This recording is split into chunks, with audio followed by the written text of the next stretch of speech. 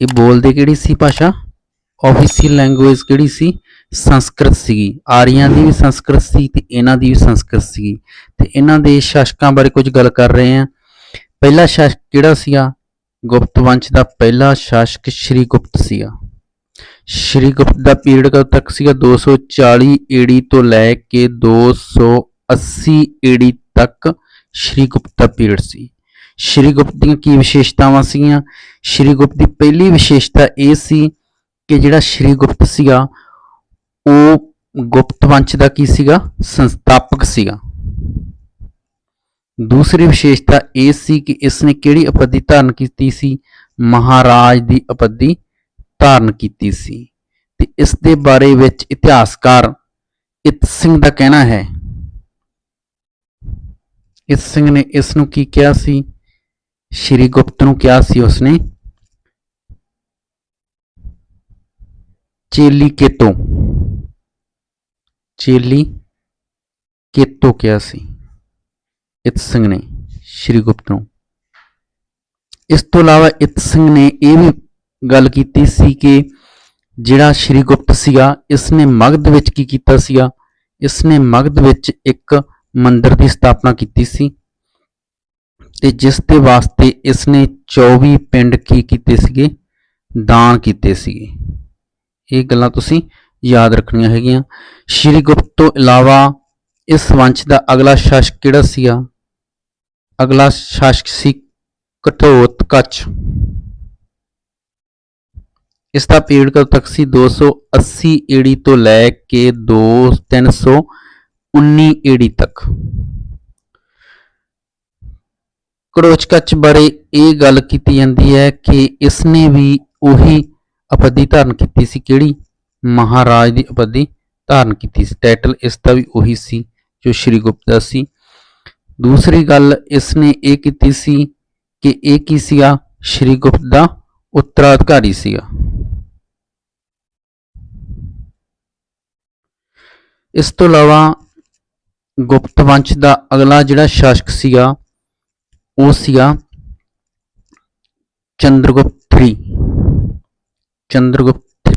Chandragupta I। ਇਸ ਨੂੰ ਵਾਸਤਵ ਸੰਸਥਾਪਕ ਕਿਹਾ ਜਾਂਦਾ ਹੈ। ਇਸ ਦਾ ਕਾਲ ਕਦੋਂ ਤੱਕ ਸੀਗਾ? 319 ਏਡੀ ਤੋਂ ਲੈ ਕੇ 335 ਏਡੀ ਤੱਕ। ਇਸ ਨੇ ਕਿਹੜੀ ਉਪਾਧੀ ਧਾਰਨ ਕੀਤੀ ਸੀ? ਇਸ ਨੇ ਕੀਤੀ ਸੀ ਮਹਾਰਾਜਾ ਧਰਾਜ ਦੀ ਉਪਾਧੀ ਧਾਰਨ ਕੀਤੀ ਸੀ।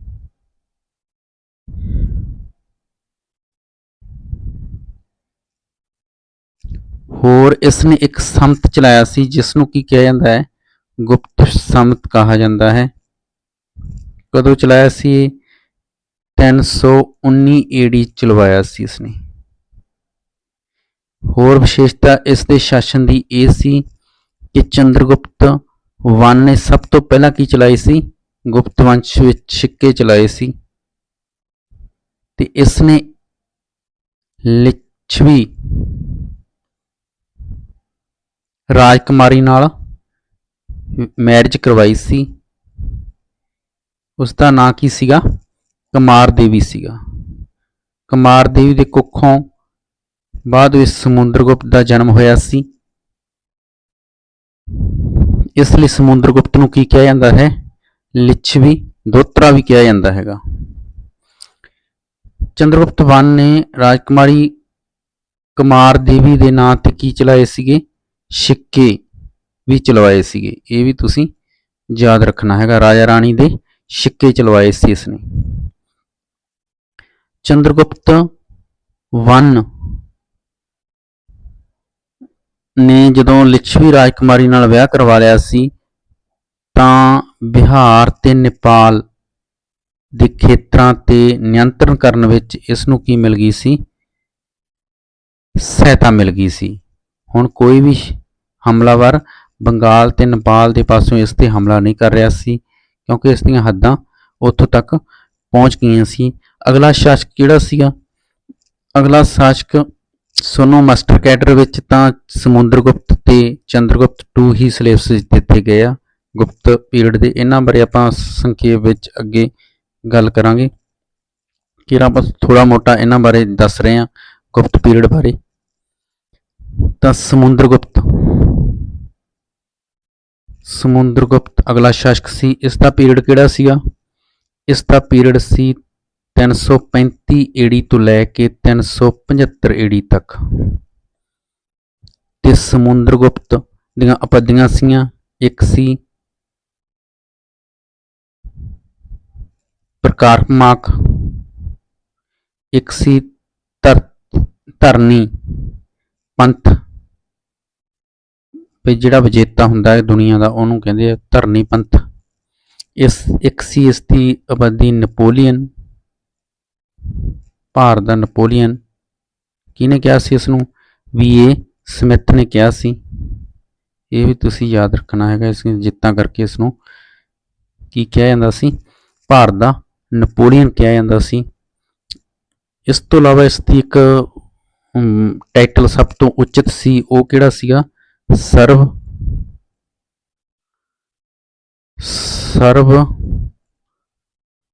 ਰਾਜੋ ਛੇਤਰਾ। ਇਸ ਦੀ ਬਹੁਤ ਹੀ ਉੱਚੀ ਉਪਾਧੀ ਸੀ ਸਰਵ ਰਾਜੋ ਛੇਤਰਾ ਦੀ। ਸਮੁੰਦਰਗੁਪਤ ਦੇ ਬਾਰੇ ਵਿੱਚ ਇਹ ਵੀ ਕਿਹਾ ਜਾਂਦਾ ਹੈਗਾ ਕਿ ਸਮੁੰਦਰਗੁਪਤ ਨੇ ਕਈ ਸਿੱਕੇ ਚਲਵਾਏ ਸੀ। ਕਿਹੜੇ ਕਿਹੜੇ ਸਿੱਕੇ ਚਲਵਾਏ ਸੀ ਇਹਨੇ? ਇੱਕ ਤਾਂ ਸੀ ਧਨੁਰਧਾਰੀ ਸਿੱਕੇ, ਇੱਕ ਸੀ ਪਰਸੂ ਪ੍ਰਕਾਰ ਦੇ ਸਿੱਕੇ, ਇੱਕ ਸੀ ਵੀਣਾ, ਇਹਨੂੰ ਵੀਣਾ ਵਾਦਕ ਵੀ ਦਿਖਾਇਆ ਗਿਆ ਹੈਗਾ, ਵੀਣਾ ਬਹੁਤ ਵਜਾਉਂਦਾ ਸੀ ਸਿੱਕਿਆਂ ਉੱਤੇ। ਇੱਕ ਸੀ ਵੀਣਾ ਦੇ ਸਿੱਕੇ ਤੇ ਇੱਕ ਸੀਗੇ ਕਈ ਸਿੱਕੇ ਚਲਵਾਏ ਸੀ ਧਨੁਰਧਾਰੀ, ਪਰਸੂ, ਵੀਣਾ। ਤੇ ਇੱਕ ਹੋਰ ਕਿਹੜੇ ਸਿੱਕੇ ਸੀ?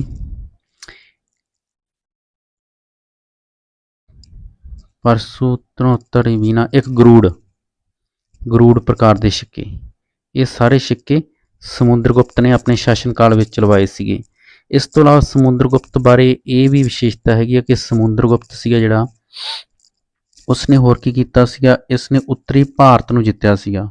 ਉੱਤਰੀ ਭਾਰਤ ਦੇ 9 ਰਾਜਾਂ ਨੂੰ ਜਿੱਤਿਆ ਸੀਗਾ। 9 ਰਾਜਿਆਂ ਨੂੰ ਜਿੱਤਿਆ ਸੀਗਾ। ਉੱਤਰੀ ਭਾਰਤ ਤੇ ਜਦੋਂ ਇਸਨੇ 9 ਰਾਜਾਂ ਨੂੰ ਜਿੱਤਿਆ ਸੀ ਤਾਂ ਉਸ ਦੀ ਇਸ ਨੀਤੀ ਨੂੰ ਕੀ ਕਿਹਾ ਜਾਂਦਾ ਹੈਗਾ? ਦਿਗਵਿਜੇ ਦੀ ਨੀਤੀ ਕਿਹਾ ਜਾਂਦਾ ਹੈ, ਕਿਉਂਕਿ ਇਹ ਰਾਜ ਉਸਨੇ ਆਪਣੇ ਸਾਮਰਾਜ ਵਿੱਚ ਮਿਲਾ ਲਏ ਸਨ। ਇਸ ਲਈ ਇਸ ਨੀਤੀ ਨੂੰ ਕੀ ਕਿਹਾ ਜਾਂਦਾ ਹੈ? ਦਿਗਵਿਜੇ ਕਿਹਾ ਜਾਂਦਾ ਹੈ। ਹੁਣ ਤੁਹਾਡੇ ਐਗਜ਼ਾਮ ਵਿੱਚ ਇਹ ਵੀ ਪੁੱਛ ਸਕਦੇ ਆ ਕਿ 9 ਰਾਜੇ ਕਿਹੜੇ ਕਿਹੜੇ ਸੀਗੇ, ਤਾਂ ਤੁਸੀਂ ਯਾਦ ਰੱਖਣਾ ਹੈਗਾ। ਪਹਿਲਾ ਸੀ ਨੰਦੀ, ਦੂਸਰਾ ਸੀ, ਨੰਨੇ ਵਾਲੇ ਅੱਡ ਕੱਢ ਲੈਣੇ ਆਪਾਂ, ਨੰਦੀ, ਨਾਗਾਸੈਨ ਤੇ ਨਾਗਾਦੱਤ। ਚੌਥਾ ਸੀਗਾ ਆੜੇ ਤੇ ਅਚੂਤ, ਆੜੇ ਤੇ ਕੀ ਅਜੂਤ। ਉਸ ਤੋਂ ਬਾਅਦ ਚੰਦਰਵਰਮਨ, ਬਲਵਰਮਨ,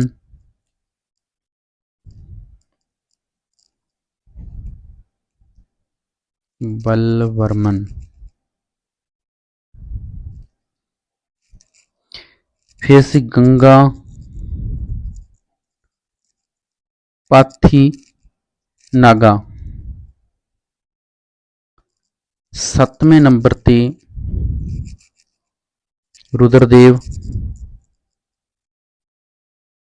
ਰੁਦਰਦੇਵ ਨੂੰ ਹਰਾਇਆ ਸੀ ਇਸਨੇ। ਫਿਰ ਮਥਿਲਾ। ਤੁਸੀਂ ਇਹ ਯਤਨ ਰੱਖਣਾ ਹੈਗਾ ਕਿ ਉੱਤਰੀ ਭਾਰਤ ਵਿੱਚ ਇਸਨੇ 9 ਰਾਜਿਆਂ ਨੂੰ ਹਰਾਇਆ ਸੀ। ਮਥਿਲਾ, 9 ਹੋ ਗਏ ਆਪਣੇ ਕੋਲੇ। ਨੰਦੀ, ਨਾਗਾਸੈਨ, ਨਾਗਦੱਤ, ਅਜੂਤ, ਚੰਦਰਵਰਮਨ, ਬਲਵਰਮਨ। 5 ਤੇ 6 ਹੋ ਗਏ, 6 ਆ ਹੋ ਗਏ ਸੀ 7, ਆ ਹੋ ਗਏ ਸੀ 8 ਤੇ ਆ ਹੋ ਗਏ ਸੀ 9। ਤਾਂ ਇਹ 9 ਪੂਰੇ ਹੋ ਗਏ ਆਪਣੇ ਕੋਲੇ। ਇਹਨੇ ਸ਼ਾਸਕਾਂ ਨੂੰ ਇਸਨੇ ਉੱਤਰੀ ਭਾਰਤ ਵਿੱਚ ਹਰਾਇਆ ਸੀ ਤੇ ਇਸ ਨੀਤੀ ਨੂੰ ਕੀ ਕਿਹਾ ਜਾਂਦਾ ਸੀ? ਦਿਗਵਿਜੇ ਦੀ ਨੀਤੀ ਕਿਹਾ ਜਾਂਦਾ ਸੀ। ਤੇ ਦੱਖਣੀ ਭਾਰਤ ਦੇ ਕੁਝ ਰਾਜਾਂ ਨੂੰ ਵੀ ਹਰਾਇਆ ਸੀ ਇਸਨੇ। ਦੱਖਣੀ ਭਾਰਤ ਦੇ 12 ਰਾਜਾਂ ਨੂੰ ਹਰਾਇਆ ਸੀ। 12 ਰਾਜਿਆਂ ਨੂੰ ਹਰਾਇਆ ਸੀ ਤੇ ਉਸ ਦੀ ਇਸ ਨੀਤੀ ਨੂੰ ਕੀ ਕਿਹਾ ਜਾਂਦਾ ਸੀ? ਕਿਉਂਕਿ ਇਹਨਾਂ ਰਾਜਾਂ ਨੂੰ ਉਹਨਾਂ ਨੇ ਹਰਾ ਕੇ ਕੀ ਕੀਤਾ ਸੀਗਾ, ਉਹਨਾਂ ਨੂੰ ਸੁਤੰਤਰ ਕਰਤਾ ਸੀਗਾ ਤੇ ਉਹਨਾਂ ਤੋਂ ਸਿਰਫ ਟੈਕਸ ਹੀ ਲੈਂਦਾ ਸੀਗਾ। ਇਸ ਲਈ ਉਸ ਦੀ ਇਸ ਨੀਤੀ ਨੂੰ ਕੀ ਕਿਹਾ ਜਾਂਦਾ ਸੀ? ਧਰਮ ਵਿਜੇ ਦੀ ਨੀਤੀ ਕਿਹਾ ਜਾਂਦਾ ਸੀ। ਕਿਉਂਕਿ ਇਹ ਰਾਜ ਕਾਫੀ ਦੂਰ ਸੀਗੇ, ਇਹਨਾਂ ਤੇ ਨਿਯੰਤਰਣ ਰੱਖਣਾ ਮੁਸ਼ਕਲ ਸੀਗਾ, ਇਸ ਲਈ ਇਹਨਾਂ ਨੇ ਸਮੁੰਦਰਗੁਪਤ ਨੇ ਆਪਣੀ ਇਸ ਨੀਤੀ ਨੂੰ ਕਿਹੜਾ ਨਾਂ ਦਿੱਤਾ ਸੀਗਾ? ਧਰਮ ਵਿਜੇ ਦਾ ਨਾਮ ਦਿੱਤਾ ਸੀਗਾ। ਤਾਂ ਇਸ 12 ਰਾਜਾਂ ਬਾਰੇ ਵੀ ਆਪਾਂ ਜਾਣਕਾਰੀ ਪ੍ਰਾਪਤ ਕਰਦੇ ਹਾਂ। ਇਹ ਵੀ ਐਗਜ਼ਾਮ ਵਿੱਚ ਤੁਹਾਨੂੰ ਪੁੱਛ ਸਕਦੇ ਆ, ਕਿਸ ਦੇਸ਼ ਦਾ ਬਹੁਤ ਪੇਪਰਾਂ ਵਿੱਚ UPPSC ਦੇ ਪੁੱਛਿਆ ਹੋਇਆ ਹੈ ਕਿ ਪਹਿਲਾਂ ਆਪਾਂ ਕਾਂਚੀ ਦਾ ਵੀ ਪੁੱਛਿਆ ਹੋਇਆ। ਕਾਂਚੀ ਦੇ ਸੀਗੇ ਜਿਹੜਾ ਨੂੰ ਹਰਾਇਆ ਸੀ, ਕਾਂਚੀ ਦਾ ਸੀਗਾ ਵਿਸ਼ਨੂਗੁਪਤ ਰਾਜਾ। ਤੁਹਾਡੇ ਤੋਂ ਪੁੱਛ ਸਕਦੇ ਆ ਸਮੁੰਦਰਗੁਪਤ ਦੇ ਸਮੇਂ ਕਾਂਚੀ ਦਾ ਸ਼ਾਸਕ ਕੌਣ ਸੀ? ਤੁਸੀਂ ਦੱਸ ਸਕਦੇ ਆ ਵਿਸ਼ਨੂਗੁਪਤ। ਦੂਸਰਾ ਕੌਸ਼ਲ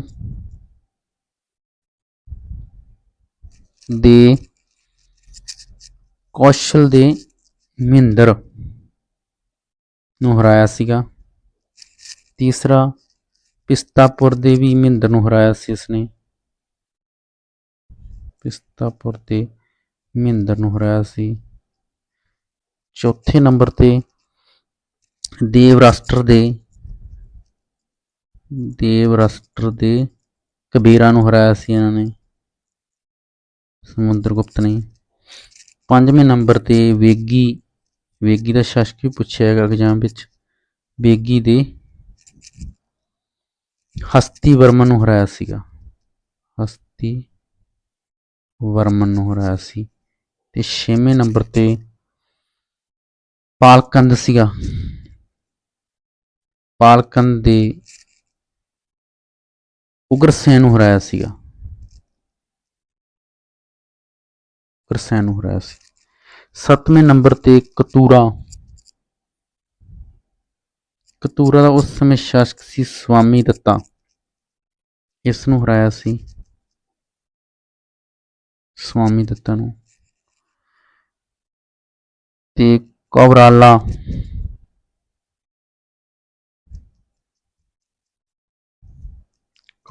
ਦੇ ਮੰਜਾ ਰਾਜਾ ਨੂੰ ਹਰਾਇਆ ਸੀਗਾ। ਤੇ ਮਹਾਕਤਾਰਾ ਦੇ ਵਿਆਗਰਾ ਰਾਜ ਨੂੰ ਹਰਾਇਆ ਸੀ, ਮਹਾਕਤਾਰਾ ਦੇ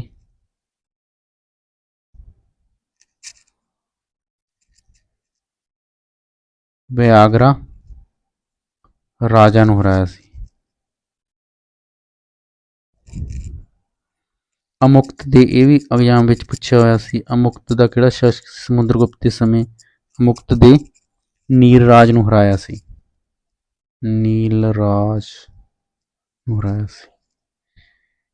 ਤੇ 11ਵੇਂ ਨੰਬਰ ਤੇ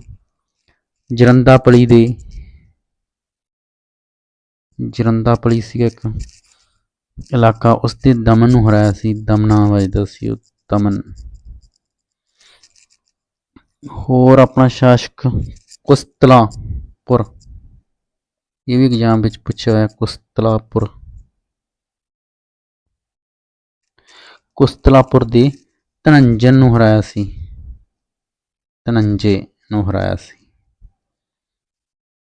ਤਾਂ ਇਹਨਾਂ ਸ਼ਾਸਕਾਂ ਨੂੰ ਇਸਨੇ ਹਰਾਇਆ ਸੀਗਾ। ਤੁਸੀਂ ਜੇ ਯਾਦ ਕਰਨਾ ਹੈਗਾ ਤਾਂ ਇਹਨਾਂ ਵਿੱਚੋਂ ਜਿਹੜੇ ਇੰਪੋਰਟੈਂਟ ਹੈਗੇ ਆ ਕਾਂਚੀ ਦੇ ਵਿਸ਼ਨੂਗੁਪਤ, ਕੌਸ਼ਲ ਤੇ ਪਿਸਤਾਪੁਰ ਦੇ ਮਹਿੰਦਰ, ਇਹ ਵੀ ਮਸ਼ਹੂਰ ਹੈਗਾ।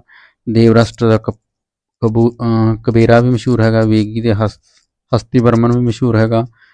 ਪਾਲਕਨ ਦਾ ਉਗਰਸੈਨ, ਉਸ ਤੋਂ ਇਲਾਵਾ ਅਮੁਕਤ ਦੇ ਨੀਲਰਾਜ ਤੇ ਕਸਤਲਾਪੁਰ ਦੇ ਧਨੰਜਾ, ਇਹ ਸਭ ਮਸ਼ਹੂਰ ਹੈਗੇ ਆ। ਤਾਂ ਤੁਹਾਨੂੰ ਦੱਸ ਦਈਏ ਕਿ ਸਮੁੰਦਰਗੁਪਤ ਦੀ ਪਤਨੀ ਦਾ ਨਾਂ ਕੀ ਸੀ? ਦੱਤਾ ਦੇਵੀ ਸੀਗਾ। ਤੇ ਉਸਦੀ ਕੁੱਖੋਂ ਮਹਾਨ ਸ਼ਾਸਕ ਜਿਸ ਦਾ ਕੀ ਨਾਂ ਸੀਗਾ? ਚੰਦਰਗੁਪਤ II ਸੀਗਾ, ਉਸਨੇ ਜਨਮ ਲਿਆ ਸੀਗਾ। ਤਾਂ ਇਹ ਆਪਾਂ ਕੁਛ ਕੀਤਾ ਸੀਗਾ। ਇਸ ਤੋਂ ਇਲਾਵਾ ਆਪਾਂ ਹੋਰ ਗੁਪਤਾ ਪੀਰੀਅਡ ਦੇ ਸਾਰੇ ਸ਼ਾਸਕਾਂ ਬਾਰੇ ਅੱਜ ਤੁਹਾਨੂੰ ਦੱਸ ਦਿੰਦੇ ਹਾਂ। ਤਾਂ ਕੱਲ੍ਹ ਵਾਲੀ ਵੀਡੀਓ ਵਿੱਚ ਆਪਾਂ ਚੰਦਰਗੁਪਤ II ਬਾਰੇ ਕੁਛ ਥਿਊਰੀ ਬਾਰੇ ਕਰਾਂਗੇ ਅਤੇ ਉਸ ਦੇ MCQ ਵੀ ਕਰਾਂਗੇ ਚੰਦਰਗੁਪਤ ਟੂ ਬਾਰੇ, ਅਤੇ ਉਸ ਤੋਂ ਇਲਾਵਾ ਉਸ ਜੋ ਸ਼ਾਸਕ ਰਹਿ ਗਏ ਉਸ ਬਾਰੇ ਦੱਸਾਂਗੇ। ਤਾਂ ਇਸ ਤੋਂ ਇਲਾਵਾ ਸਮੁੰਦਰਗੁਪਤ ਤੋਂ ਇਲਾਵਾ ਜੋ ਵੀ ਆਪਣੇ ਸਮੁੰਦਰਗੁਪਤ ਤੋਂ ਬਾਅਦ ਵਿੱਚ ਕਿਹੜਾ ਸ਼ਾਸਕ ਆਇਆ ਸੀ, ਕਾਂਚੀ ਆਇਆ ਸੀ, ਇਹ ਤੁਸੀਂ ਯਾਦ ਰੱਖਣਾ ਹੈਗਾ। ਕਾਂਚੀ ਥੋੜ੍ਹਾ ਜਿਹਾ ਚਿਰ ਆਇਆ ਸੀ ਇਹ। ਉਸ ਤੋਂ ਬਾਅਦ ਕੌਣ ਆਇਆ ਸੀ, ਕਾਂਚੀ ਤੋਂ ਬਾਅਦ ਆਇਆ ਸੀ ਰਾਮਗੁਪਤ। ਉਸ ਤੋਂ ਬਾਅਦ ਆਇਆ ਸੀਗਾ ਚੰਦਰਗੁਪਤ ਟੂ, ਜਿਹੜਾ ਸਮੁੰਦਰਗੁਪਤ ਦਾ ਪੁੱਤਰ ਸੀ, ਚੰਦਰਗੁਪਤ ਵਿਕਰਮਾਦਿੱਤ, ਜਿਸ ਦੇ ਦਰਬਾਰ ਵਿੱਚ 9 ਰਤਨ ਸੀਗੇ। ਉਸ ਤੋਂ ਬਾਅਦ ਕੌਣ ਆਇਆ ਸੀ, ਕੁਮਾਰਗੁਪਤ 1। ਫਿਰ ਆਇਆ ਸੀ ਸਕੰਦਗੁਪਤ,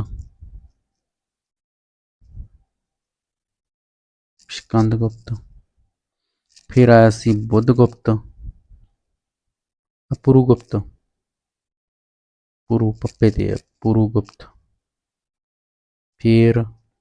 ਫਿਰ ਆਇਆ ਸੀ ਕੁਮਾਰਗੁਪਤ 1, ਕੁਮਾਰਗੁਪਤ 2, 1 ਪਹਿਲਾਂ ਆ ਗਿਆ ਸੀ। ਉਸ ਤੋਂ ਬਾਅਦ ਆਇਆ ਸੀ ਬੁੱਧਗੁਪਤ। ਫਿਰ ਆਇਆ ਸੀਗਾ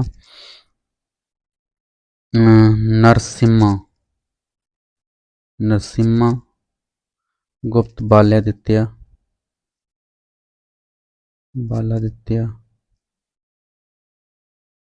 ਫਿਰ ਆਇਆ ਸੀ ਕੁਮਾਰਗੁਪਤ।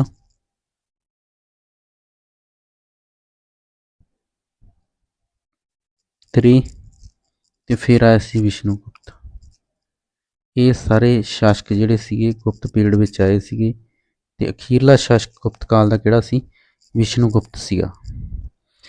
ਤਾਂ ਸਮੁੰਦਰਗੁਪਤ ਤੱਕ ਤਾਂ ਤੁਹਾਨੂੰ ਦੱਸਿਆ ਸੀ ਕਿਹੜੇ ਕਿਹੜੇ ਪੀਰੀਅਡ ਸੀਗੇ। ਕਾਂਚੀ ਦਾ ਪੀਰੀਅਡ ਕਿਹੜਾ ਸੀਗਾ, ਕਾਂਚੀ ਦੇ ਪੀਰੀਅਡ ਤਾਂ 375 ਈੜੀ ਤੱਕ ਸੀਗਾ, 75 ਈੜੀ ਦੇ ਵਿੱਚ ਹੀ ਹੋਇਆ ਸੀਗਾ ਥੋੜ੍ਹਾ ਜਿਹਾ ਸਮਾਂ ਲਈ। ਰਾਮਗੁਪਤ ਦਾ ਵੀ 375 ਈੜੀ ਵਿੱਚ ਹੋਇਆ ਸੀ ਸ਼ਾਸਨ, ਤੇ ਚੰਦਰਗੁਪਤ ਟੂ ਦਾ 375 ਈੜੀ ਤੋਂ ਲੈ ਕੇ 415 ਈੜੀ ਤੱਕ ਸੀਗਾ, ਤੇ ਕੁਮਾਰਗੁਪਤ 1 ਦਾ ਸੀਗਾ 415 ਤੋਂ ਲੈ ਕੇ 455 ਈੜੀ ਤੱਕ। ਸਕੰਦਗੁਪਤ ਦਾ ਸੀਗਾ 455 ਤੋਂ ਲੈ ਕੇ 467 ਈੜੀ ਤੱਕ, ਤੇ ਪੁਰੂਗੁਪਤ ਜਿਹੜਾ ਸੀਗਾ ਉਸ ਦਾ ਸ਼ਾਸਨ ਕਦੋਂ ਤੱਕ ਸੀਗਾ, 467 ਤੋਂ ਲੈ ਕੇ 473 ਈੜੀ ਤੱਕ, 6 ਸਾਲ। ਕੁਮਾਰਗੁਪਤ 2 ਦਾ ਸੀਗਾ 473 ਤੋਂ ਲੈ ਕੇ 476 ਈੜੀ ਤੱਕ, ਤੇ ਬੁੱਧਗੁਪਤ ਦਾ ਸੀਗਾ 476 ਈੜੀ ਤੋਂ ਲੈ ਕੇ 495 ਈੜੀ ਤੱਕ, ਤੇ ਨਰਸਿਮਾ ਗੁਪਤ ਬਾਲਾਦਿੱਤਿਆ ਦਾ ਸ਼ਾਸਨ ਕਾਲ ਕਦੋਂ ਤੱਕ ਸੀ, 495 ਤੋਂ ਲੈ ਕੇ 530 ਈੜੀ ਤੱਕ, ਤੇ ਕੁਮਾਰਗੁਪਤ 3 ਦਾ ਪੀਰੀਅਡ ਸੀਗਾ 430 ਤੋਂ 540 ਈੜੀ ਤੱਕ, ਤੇ ਵਿਸ਼ਨੂਗੁਪਤ ਦਾ ਪੀਰੀਅਡ ਸੀ 540 ਤੋਂ ਲੈ ਕੇ 550 ਈੜੀ ਤੱਕ।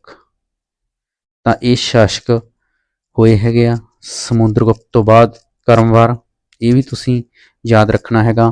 ਤਾਂ ਆਪਾਂ ਕੁਝ MCQ ਕਰ ਰਹੇ ਹਾਂ ਇਸ ਗੁਪਤ ਪੀਰੀਅਡ ਦੇ ਨਾਲ ਸੰਬੰਧਿਤ। ਪਹਿਲਾ MCQ ਹੈ, ਗੁਪਤ ਸਵਰਨ ਮੁੰਦਰਾਂ ਨੂੰ ਕੀ ਕਿਹਾ ਜਾਂਦਾ ਸੀ। ਤਾਂ ਗੁਪਤ ਕਾਲ ਵਿੱਚ ਜਿਹੜੇ ਸਿੱਕੇ ਚੱਲੇ ਸੀਗੇ ਤਾਂ ਉਹਨਾਂ ਬਾਰੇ ਪੁੱਛਿਆ ਹੈਗਾ। ਜਿਹੜੇ ਸਵਰਨ ਮੁੰਦਰਾ ਹੁੰਦੀ ਸੀਗੀ ਉਸ ਨੂੰ ਦਿਨਾਰ ਕਿਹਾ ਜਾਂਦਾ ਸੀ, ਤੇ ਜਿਹੜੇ ਚਾਂਦੀ ਦੇ ਸਿੱਕੇ ਹੁੰਦੇ ਸਨ ਉਸ ਨੂੰ ਰੂਪਕ ਕਿਹਾ ਜਾਂਦਾ ਸੀ, ਤੇ ਰਜਤ ਨਾਂ ਦੇ ਸਿੱਕੇ ਚਾਂਦੀ ਦੇ ਚਲਾਏ ਸੀ, ਉਹ ਕਿਹਨੇ ਚਲਾਏ ਸੀ, ਚੰਦਰਗੁਪਤ ਟੂ ਨੇ ਚਲਾਏ ਸੀ। ਉਸ ਦੇ ਬਾਰੇ ਆਪਾਂ ਕੱਲ੍ਹ ਗੱਲ ਕਰਾਂਗੇ ਅਗਲੀ ਵੀਡੀਓ ਵਿੱਚ। ਤਾਂ ਇਸ ਦਾ ਆਨਸਰ ਕੀ ਹੋ ਗਿਆ, ਦਿਨਾਰ। ਗੁਪਤ ਕਾਲ ਦੇ ਦੌਰਾਨ ਭੂਮੀ ਦੇ ਰਿਕਾਰਡ ਦੀ ਸੁਰੱਖਿਅਤ ਦੇਖਭਾਲ ਦੇ ਲਈ ਜ਼ਿੰਮੇਵਾਰ ਅਧਿਕਾਰੀ ਨੂੰ ਜਾਣਿਆ ਜਾਂਦਾ ਸੀ। ਉਸ ਨੂੰ ਕੀ ਕਿਹਾ ਜਾਂਦਾ ਸੀ, ਜਿਹੜਾ ਭੂਮੀ ਦੇ ਰਿਕਾਰਡ ਦੀ ਦੇਖਭਾਲ ਲਈ ਜ਼ਿੰਮੇਵਾਰ ਹੁੰਦਾ ਸੀ। ਤਾਂ ਇਸ ਦਾ MCQ ਆਪਸ਼ਨਾਂ ਵਿੱਚ ਹੈਗਾ ਸਮਾਹਰਤਾ, ਸਲੀਕਾ ਤੇ ਕਰਨਕ, ਤੇ ਉਸ ਨੂੰ ਕੀ ਕਿਹਾ ਜਾਂਦਾ ਸੀ, ਕਰਨਕ ਕਿਹਾ ਜਾਂਦਾ ਸੀ। ਸਮਾਹਰਤਾ ਤੁਹਾਨੂੰ ਦੱਸਿਆ ਹੈਗਾ ਮੌਰੀਆ ਕਾਲ ਵਿੱਚ ਵੀ ਹੁੰਦਾ ਸੀ। ਸਮਾਹਰਤਾ ਮੌਰੀਆ ਕਾਲ ਵਿੱਚ ਕੀ ਕਰਦਾ ਸੀ, ਕਰ ਸੰਗ੍ਰਹਿਣ ਕਰਦਾ ਸੀ, ਕਰ ਇਕੱਠਾ ਕਰਦਾ ਸੀ। ਇੱਕ ਹੁੰਦਾ ਸੀ ਸੰਨੀਧਾਤਾ ਮੌਰੀਆ ਕਾਲ ਵਿੱਚ, ਉਹ ਕੀ ਸੀ, ਕੋਸ਼ ਅਧਿਕਸ਼ ਸੀ। ਇਹ ਮਾਸਟਰ ਕੈਡਰ 'ਚ ਵੀ ਆਇਆ ਸੀ ਸੰਨੀਧਾਤਾ।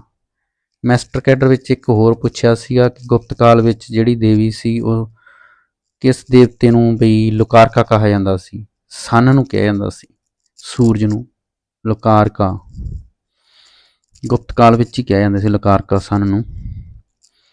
ਗੁਪਤ ਨਰੇਸ਼ ਚੰਦਰਗੁਪਤ ਟੂ ਦੀ ਦੂਸਰੀ ਰਾਜਧਾਨੀ ਸੀ, ਉਸ ਦੀ ਦੂਸਰੀ ਰਾਜਧਾਨੀ ਸੀ ਉਜੈਨ। ਸ਼੍ਰੀ ਗੁਪਤ ਇਹਨਾਂ ਸਾਰਿਆਂ ਦੀ ਰਾਜਧਾਨੀ ਚੰਦਰਗੁਪਤ ਵਨ ਦੀ ਇਹਨਾਂ ਦੀ ਸੀ ਪਹਿਲਾਂ ਪਾਟਲੀਪੁੱਤਰ, ਤੇ ਦੂਸਰੀ ਰਾਜਧਾਨੀ ਚੰਦਰਗੁਪਤ ਟੂ ਨੇ ਬਣਾਈ ਸੀ, ਉਹ ਬਣਾਤੀ ਸੀ ਉਜੈਨ ਨੂੰ। ਤੇ ਇਹਨਾਂ ਦੀ ਦੋ ਰਾਜਧਾਨੀਆਂ ਹੋ ਗਈਆਂ ਪਾਟਲੀਪੁੱਤਰ ਤੇ ਉਜੈਨ। ਪਰਮ ਭਾਗਵਤ ਉਪਾਧੀ ਧਾਰਨ ਕਰਨ ਵਾਲਾ ਪ੍ਰਥਮ ਗੁਪਤ ਸ਼ਾਸਕ ਸੀ, ਇਹ ਸੀ ਚੰਦਰਗੁਪਤ ਟੂ। ਸਮੁੰਦਰਗੁਪਤ ਦੀਆਂ ਸੈਨਿਕ ਉਪਲਬਧੀਆਂ ਦਾ ਵਰਣਨ ਉਸ ਦੇ ਕਿਹੜੇ ਅਭਿਲੇਖਾਂ ਵਿੱਚ ਉਪਲਬਧ ਹੈ? ਨਲੰਦਾ, ਗਜਾ, ਐਰਨ ਤੇ ਪ੍ਰਯਾਗ। ਤਾਂ ਸਮੁੰਦਰਗੁਪਤ ਦੀਆਂ ਜਿਹੜੀਆਂ ਸੈਨ ਉਪਲਬਧੀਆਂ ਹੈਗੀਆਂ ਉਹ ਪ੍ਰਯਾਗ ਅਭਿਲੇਖ ਵਿੱਚ ਉਪਲਬਧ ਹੈਗੀਆਂ। ਅਗਲਾ MCQ ਹੈਗਾ ਆਪਣਾ, ਕਿਸ ਅਭਿਲੇਖ ਵਿੱਚ ਗਿਆਨਤ ਹੁੰਦਾ ਹੈਗਾ ਕਿ ਸਮੁੰਦਰਗੁਪਤ ਨੇ ਹੂਣਾ ਨੂੰ ਪਰਾਜਿਤ ਕੀਤਾ ਸੀ?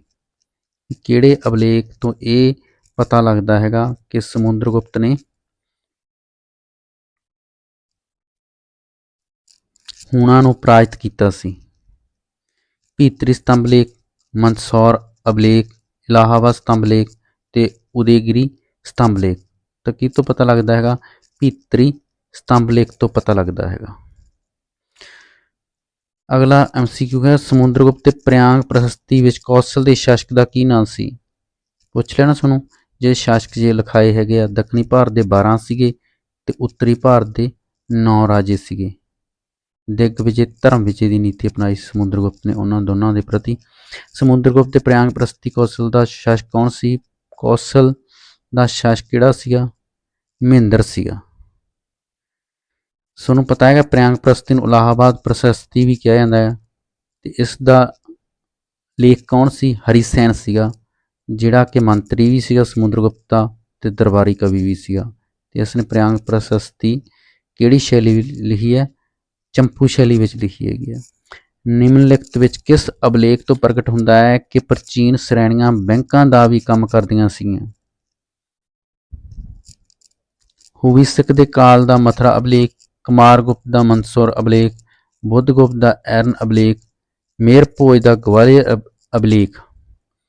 ਤਾਂ ਸਾਨੂੰ ਕਿਸ ਤੋਂ ਪਤਾ ਲੱਗਦਾ ਕਿ ਪ੍ਰਾਚੀਨ ਸ਼੍ਰੇਣੀਆਂ ਬੈਂਕ ਦਾ ਵੀ ਕੰਮ ਕਰਦੀਆਂ ਸੀਗੀਆਂ? ਦੱਸੋ ਤੁਸੀਂ।